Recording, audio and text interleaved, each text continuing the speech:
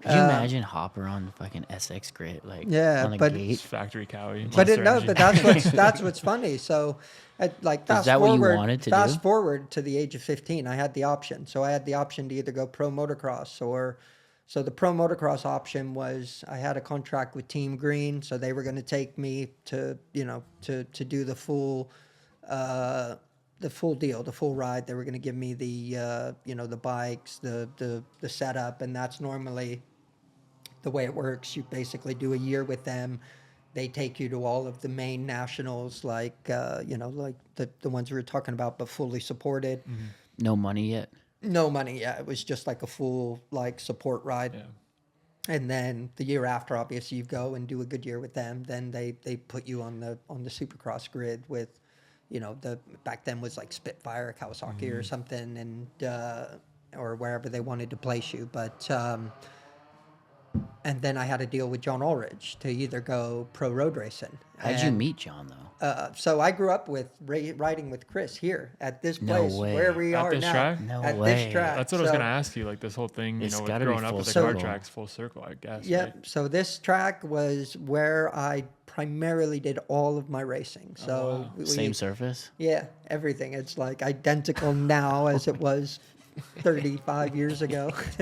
That's insane. So until we've just taken this over, and but like 6 months ago, it was basically the identical track Yeah. as it was Yeah. 35 Well, that's years what ago. when he said he thinks he wants to do like Apex would be all right. I'm like, have you been to Apex, Jimmy? Yeah. Dude. He's like, no. He said they put up some buildings. I'm like, all right. Yeah, no, I mean, dude, when we took this place over, it was bad. Like, even like my attorney, like that handled the agreements and the contracts and stuff. You they're sure, like, John? You they're really like, want to do? they're like, John, what are you doing? Like, this is, I don't, but I saw the potential, Yeah. like, and I know what our project is, and affiliated with Avala USA.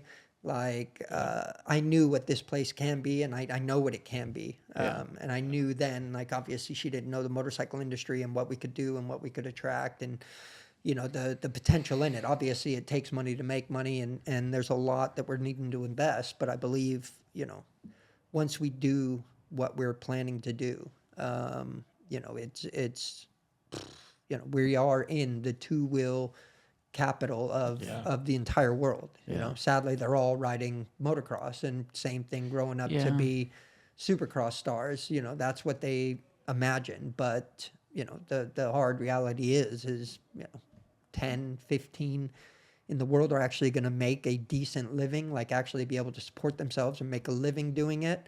Whereas, road racing, you have so many more options. It's obviously not how it was back in my day, but there's a lot of people there's living at so least. many more options. Like you can solidly make a good living in Moto America, British Superbike, Australian Superbike, World Yeah. Superbike, MotoGP, then you can make still ridiculous money. So it's there's a lot more opportunity, and that's our goal. That is our whole. I mean, we'll talk about that Yeah, later, but let's- that was our whole vision behind it, was to Well, I imagine infiltrate also MX. it's got to be a pretty, for you, like emotionally, it's something you're invested in, not just like, oh, this is, maybe I can make some money back, or it's a business thing. It's like, sounds like it's something that is such a big part of your, life. No, exactly. So there's no way in my life that I would have been a professional racer, let alone make it to the pinnacle of the sport, if I didn't have support throughout my entire career,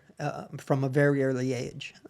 So being able to give back to the sport and hopefully, be one of the ones involved with massively turning it around in this country would be Huge. a dream of mine. Yeah, that is my all-time dream. If I just want everyone out there in the U.S. to see how cool this sport really is. Like, I mean, the rest of the world's getting it. Like, Yeah. a lot of Europe's getting it. Like, and I know.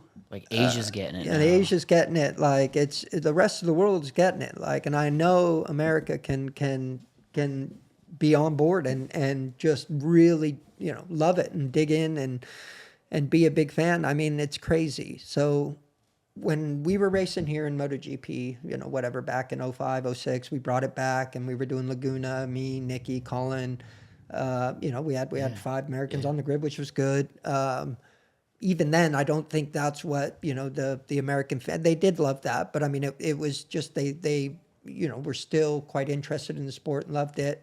You know, the hardcore fans. But it was crazy because back then we always outdid Formula One in America. So when Formula One came to America, we outdid them. Outdid them in spectators. We outdid them in viewership on television, everything. Like, we outperformed Formula One consistently, like every American Grand Prix for multiple years. And then obviously Liberty Media came in, and then Drive to Survive came out, Killed Right place, right it time. is insane. Like, Formula One now is a household name in America. Yeah. Like, Dude, Texas. it's just ridiculous. Like, so I have got friends that I grew up with and went to high school with and so forth. And like, you know, they only watched MotoGP because they knew kind of I was in it. Yeah. And so they would watch it occasionally. But, you know, you asked them then, like, what Formula One was or anything. They were like, like, Yeah. it was a joke. Yeah. Like, it was known as a joke. Like, you know, look at Talladega Nights. Right. Like, Yeah. Ricky Ricky Bobby. Bobby. Yeah. it was Yeah, more yeah, of a joke. Like, oh, like, you know, in their little tight suits and Yeah.